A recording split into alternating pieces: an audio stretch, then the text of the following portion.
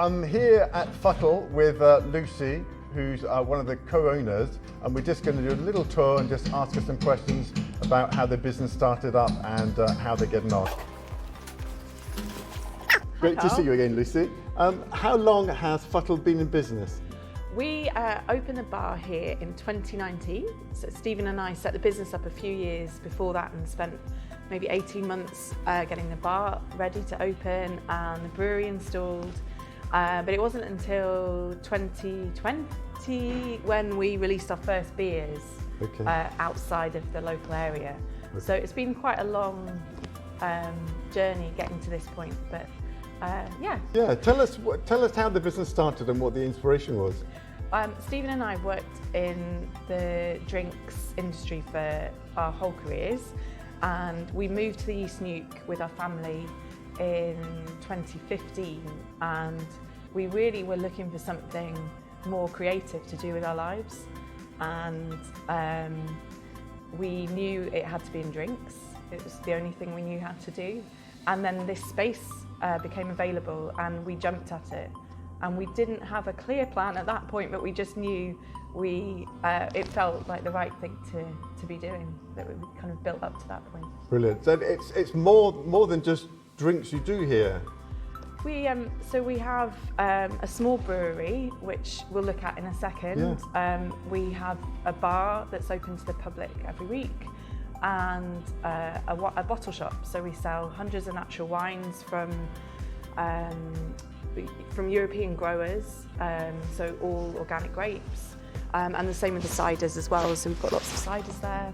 And we run this as a small event venue as well, so we do music events, gigs, talks and so on. In normal times, we're just kind of getting back to that point now. Yes, I remember you invited me along to have a look at the space before anything was here.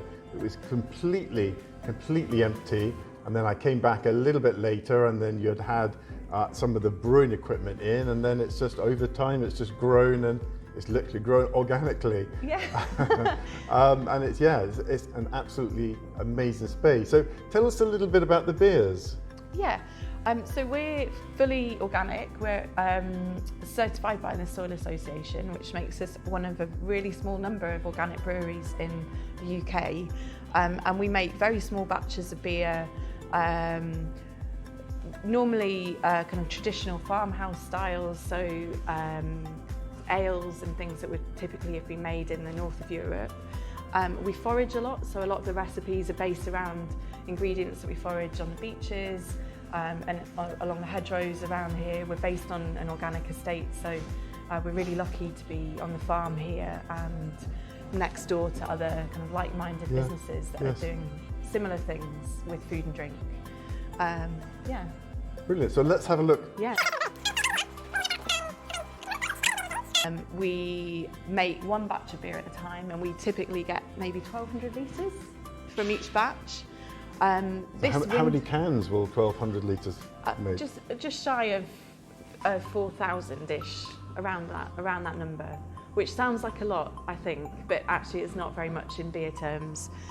We also keg our beer, so we make draft beer that we serve on the bar here to people sitting in for drinks, and then people can do growler fills where they do a refill bottle and take it home with them. And we serve some of the pubs as well locally, a couple. And then this winter we've installed this vessel here, which is made of copper. It's called a cool ship, but it's basically going to allow us to do not just regular beer, but also wild beer, which means that we'll be able to ferment our beer with only natural wild yeast and no pitched commercial brewer's yeast. Brilliant. Which is what we actually wanted to do originally. Yes. It's this style of beer. It's stored in there, and then it's linked to your. We brew it. It goes into here unfermented, and it sits in the tray overnight with the windows open, and it picks up lots of natural enzymes and microbes in the air. And then we fill it into wooden casks. Oh, wooden casks. And which are going to be sitting elsewhere on the site. And it sits in the cask from anything from 6 months to 3 years, and we blend and release bottles over that period when we think they're ready. Hope, fingers crossed, because it's all a bit of an experiment. Brilliant. Oh, it's fantastic. Yeah. And then there's and then we also over here have got we import really small quantities of organic spirits, predominantly to serve through the bar. Yes. It's quite hard to get hold of organic drinks of the right quality.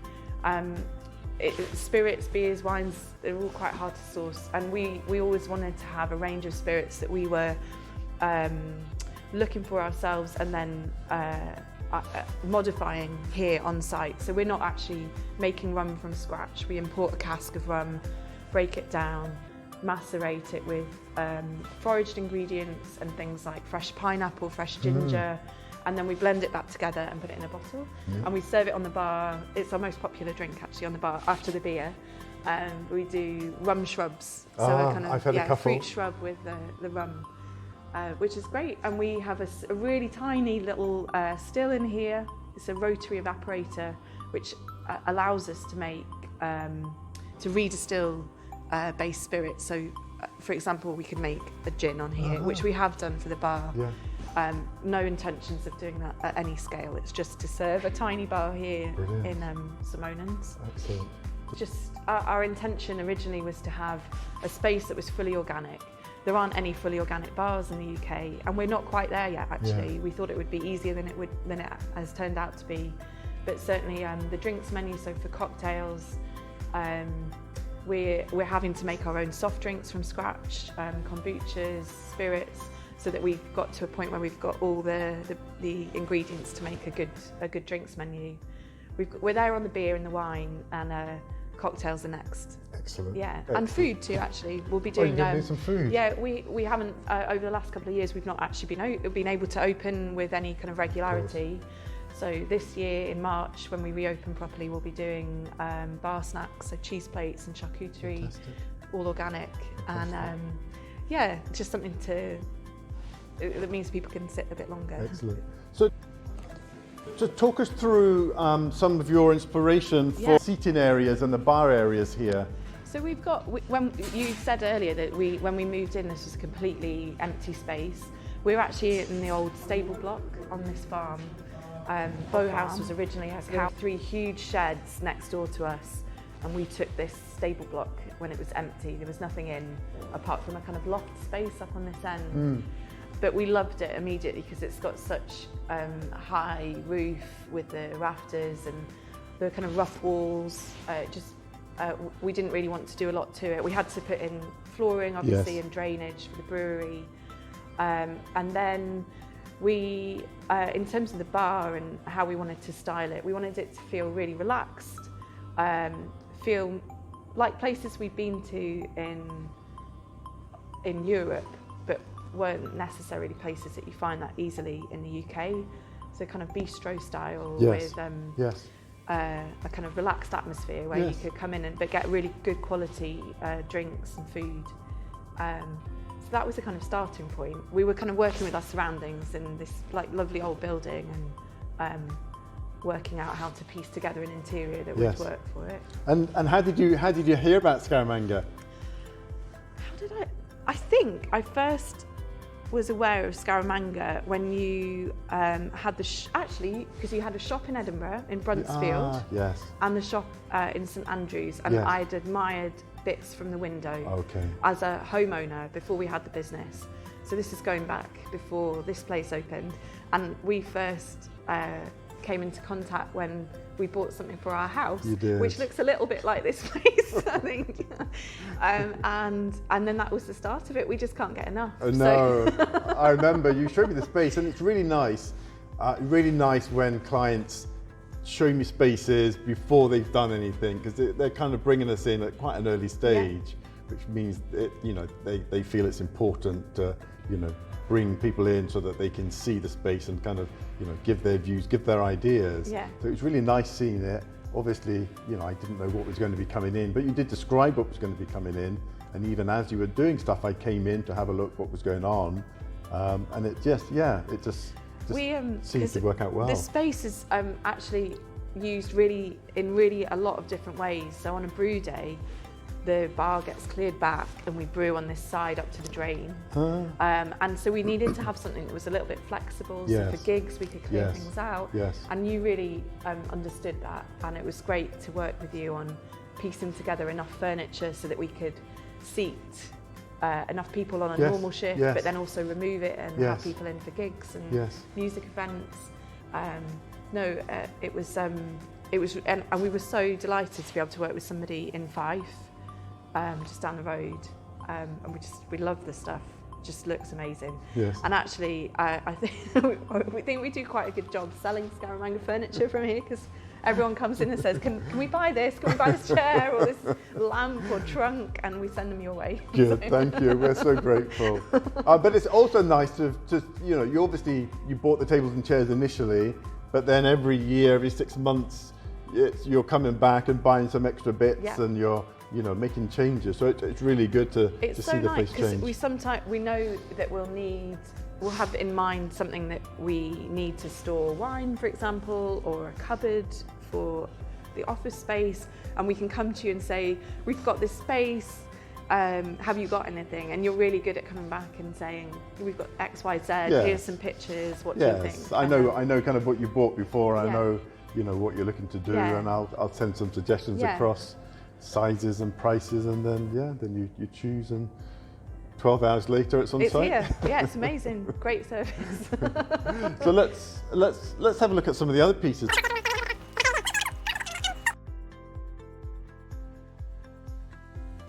Lovely. It sits closed sometimes, but on a shop day it's open, and it's great. We can get it's perfect height as well, which is difficult to find. Shelves you can get all wine bottles on.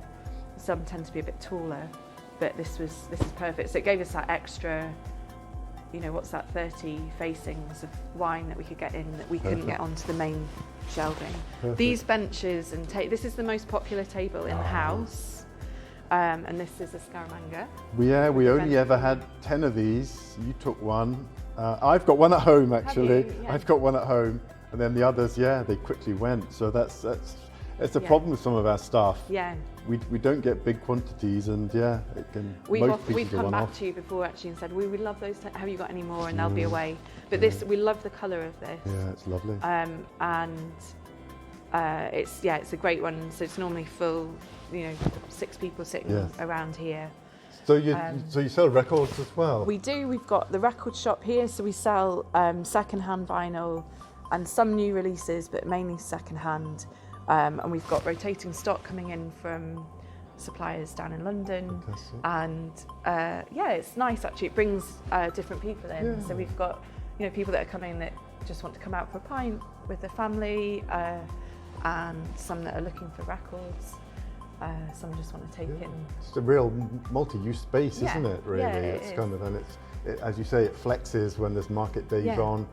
Big doors are open, and people come in that way. People come into the bottle shop and events, and really, really great. We've got in here. It's maybe a little hard to see the actual bookcase itself, but we've used one of your bookcases in there. Oh, I hadn't noticed. I hadn't noticed. I saw the old farm crates, the old apple crates. We had to build up around it, but in the middle here is a really lovely bookcase. Oh, I hadn't spotted that. That originally was up in our office, full of books, but it's a perfect wine one as well. Brought it down. And we're always thinking. We always need more space, so we're always thinking about how. These crates aren't. At some point, I think we'll probably upgrade the space and maybe have another a bookcase from you that increases what we can put on the shelves. Fantastic. And then we've obviously got these beautiful Ben chairs. Yes, they are. Mid-century. Again, they were a run that we got. They came from a church hall, believe it or not. Oh, really? Yeah, came from an old church hall. They're so beautiful, and they're really comfortable actually. So everyone fights to get those ones. The mid-century in with the Indian bits and. The kind of antique oak stuff that's not necessarily Indian. And then this beautiful trunk over here by the door. I forget every time I see it how big it really is. Yeah, it's huge, and actually you'd laugh to see what was in it. It's full of chairs. I think we get more request to buy this than the beer. People it's- come in and want to know the story behind Yeah, it. it's the I think biggest- you told me it's a dowry It's chest. yes, it's what's called a Patari chest. It's made of solid teak and it's about 2 inches thick. So traditionally, this would have been filled with gifts for the bride and then presented to the bride by the bridegroom or by the bride's family, and it then would have just been used for storing her gifts and valuables. So it's just we've never bought one bigger than this, and every time I see it, it's just absolutely amazing. It's so beautiful. It's absolutely massive, and in this huge room, it doesn't look that big. No. But we tried to put it in our house and quickly realised that No. it wouldn't work. It's it's Yeah. true work of art. So yeah, that's fantastic. Thank you very much for showing It's so showing nice us to what have you've you got here, here. Lucy. And it's Yeah. like I said when I came in, it's every time I come in, it's slightly different, and that's what's nice about the space. Yeah. We actually have to change it quite regularly because we're doing more things Yes. and having to respond to changes in Of course, hospitality and like how course, that all plays out. course. So, What are your plans for 2022? well, we've got an exciting year ahead. We've got some really great events coming up. So in the summer, we're hoping, we're organising an organic festival on the 18th of June where we're inviting policymakers and activists, chefs, drinks makers, producers and growers to come and talk about and celebrate everything organic. So we're really looking forward to that one. We've got lots of music lined up and lots going on. Brilliant. Yeah. Excellent. That looks like a fantastic brew. We've really enjoyed working with you. It's great that we kind of, started it in your house and then you started a business and then we've expanded here, and it's, really great to see it growing and changing and adapting. Well, thanks for all your support. We really absolutely love working with Scaramanga and with you, and you've really contributed hugely to this space, and people seem to really like it. So that's good. Thank you. Thank you very much.